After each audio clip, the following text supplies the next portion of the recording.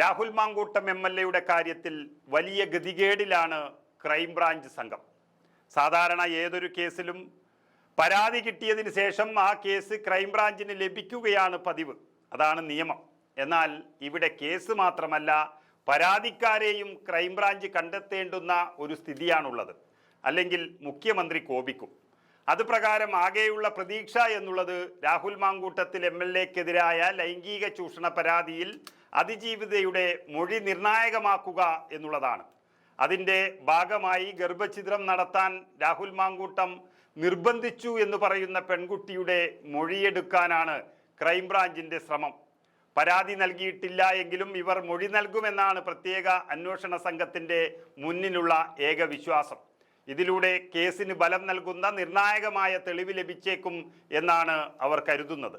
മൊഴിയെടുപ്പിനുള്ള നടപടിയിലേക്ക് അന്വേഷണ സംഘം ഇന്ന് കടന്നിരിക്കുകയാണ്. അതുകൊണ്ട് തന്നെ മാങ്കൂട്ടം MLAയെ സംബന്ധിച്ചിടത്തോളം ഇന്ന് ഏറ്റവും നിർണായകമായ ഒരു ദിവസമാണ്. അതുകൊണ്ട് രാഹുലിന് ആ നിർണായക ദിവസത്തിൽ എന്ത് തിരിച്ചടിയോ അല്ലെങ്കിൽ എന്ത് അനുകൂലമോ ഉണ്ടാകുമോ എന്ന് കാത്തിരുന്ന് കാണുകയാണ് കേരളം. റിപ്പോർട്ടർ ചാനലിലൂടെ ചില കാര്യങ്ങൾ വെളിപ്പെടുത്തിയ പെൺകുട്ടിയുടെ ഓഡിയോയിൽ പറയുന്നത് പ്രകാരം മൊഴി നൽകാനുള്ള സമ്മർദ്ദമാണിപ്പോൾ പെൺകുട്ടിക്ക് വന്നിട്ടുള്ളത്. അങ്ങനെയൊരു മൊഴി നൽകിയാൽ മാത്രം രാഹുലിന് കുരുക്കുമുറുകും. അതിനാണ് പിണറായി വിജയൻ അടക്കമുള്ളവർ ശ്രമിച്ചുകൊണ്ടിരിക്കുന്നത് എന്നോർക്കണം. രാഹുലിനെതിരെ രംഗത്തെത്തിയ റിനി ജോർജ്, അവന്തിക, ഹണി ഭാസ്കർ എന്നിവരുടെ മൊഴി അടുത്ത ദിവസങ്ങളിൽ രേഖപ്പെടുത്തും. അവർ പിന്നെ ചില ധാരണയുടെ പേരിൽ സഹകരിക്കും എന്ന് ഉറപ്പാണ്. എങ്കിലും ഇതുവരെ അവർക്കും പരാതിയില്ല എന്നുള്ളതാണ് വാസ്തവം. ഇരകൾ എന്ന് പറയുന്നവർ ആരും തന്നെ പരാതി നൽകിയിട്ടില്ല. എങ്കിലും CPMന്റെ അധ്വാന പ്രകാരം നിലവിൽ 13 പരാതികൾ ലഭിച്ചിട്ടുണ്ട് എന്നാണ് അറിയുന്നത്. പരാതികളെല്ലാം മൂന്നാം കക്ഷികളുടേതാണ് എന്നതാണ് തമാശ. അതും പോലീസ് സ്റ്റേഷനിൽ നേരിട്ട് പരാതി നൽകിയവരും കുറവാണ്. 1-2 പരാതികൾ മാത്രമാണ് നേരിട്ട് വന്ന് നൽകിയിട്ടുള്ളത്. ബാക്കിയെല്ലാം ഇമെയിൽ വഴി വീട്ടിലിരുന്ന് അയച്ചു കൊടുത്തതാണ്. CPM അനുഭാവികളായ ഈ പരാതിക്കാരെ വിളിച്ചു വരുത്തി എഴുതി വാങ്ങാനാണ് ക്രൈംബ്രാഞ്ചിൻ്റെ നീക്കം. കൂടുതൽ വിവരങ്ങളോ തെളിവുകളോ ഉണ്ടെങ്കിൽ അതും ശേഖരിക്കും. ഒന്നും വ്യക്തമായി അറിയാവുന്നവരല്ല പരാതി നൽകിയത്. ഈ റിപ്പോർട്ടർ മാധ്യമ വാർത്തയുടെ അടിസ്ഥാനത്തിൽ നൽകിയ പരാതികളാണ് ഏറെയുമുള്ളത്.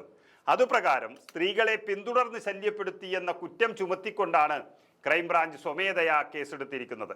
ക്രൈംബ്രാഞ്ച് DYSP ഷാജിയുടെ നേതൃത്വത്തിലാണ് അന്വേഷണം നടക്കുന്നത്. അഥവാ ഈ അന്വേഷണത്തിൽ എത്ര കഷ്ടപ്പെട്ടിട്ടും ഒരു തെളിവും മാങ്കൂട്ടത്തിനെതിരെ കിട്ടുന്നില്ല എങ്കിൽ മറ്റൊരു കേസ് ഒപ്പിക്കുന്നുണ്ട് ക്രൈംബ്രാഞ്ച്. അതായത് യൂത്ത് കോൺഗ്രസ് തെരഞ്ഞെടുപ്പിൽ വ്യാജ തിരിച്ചറിയൽ കാർഡുകൾ ഉണ്ടാക്കി എന്ന കേസിൽ ചോദ്യം ചെയ്യലിന് ഹാജരാകാനാണ് രാഹുൽ മാങ്കൂട്ടത്തിലിന് ക്രൈംബ്രാഞ്ച് വീണ്ടും നോട്ടീസ് നൽകാൻ പോകുന്നത്. കുറേ കാലമായി പറഞ്ഞു വരുന്നത് ഈ 9 വർഷം ഭരിച്ചവർ ഇതുവരെ കേസെടുത്തിട്ടില്ല എന്ന് പറയുമ്പോൾ ഇപ്പോൾ അത് മാങ്കൂട്ടത്തിലിനെ കൊടുക്കാൻ വേണ്ടിയുള്ളൊരു പദ്ധതിയായി തന്നെ കാണേണ്ടി വരും.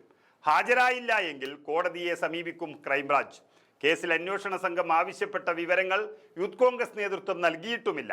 ഈ ആവശ്യം ഉന്നയിച്ച് പോലീസ് കോടതിയെ സമീപിച്ചിരുന്നു. കോടതി ആവശ്യപ്പെട്ടിട്ടും മൊബൈൽ ആപ്പിൻ്റെ വിവരവും നൽകിയിട്ടില്ല എന്നാണ് പറയുന്നത്. അന്വേഷണ സംഘത്തോട് സഹകരിച്ചില്ല എങ്കിൽ വീണ്ടും കോടതിയെ സമീപിക്കാനാണ് ക്രൈംബ്രാഞ്ചിൻ്റെ തീരുമാനം. എങ്ങനെയെങ്കിലും മാങ്കൂട്ടം MLAയെ പൂട്ടണം, അതാണ് സർക്കാരിൻ്റെ തീരുമാനം. ഏതായാലും കുറേ കാലമായി പിണറായി വിജയൻ്റെ ഏറാമൂളികളായി മാറിയിരിക്കുന്നു എന്ന് പരാതിയുയർന്ന കേരള പോലീസ് കോൺഗ്രസുകാരനെ കൊടുക്കാനുള്ള പദ്ധതിയിലെങ്കിലും നന്നായി അധ്വാനിക്കുന്നുണ്ട് എന്നതാണ് ആശ്വാസം.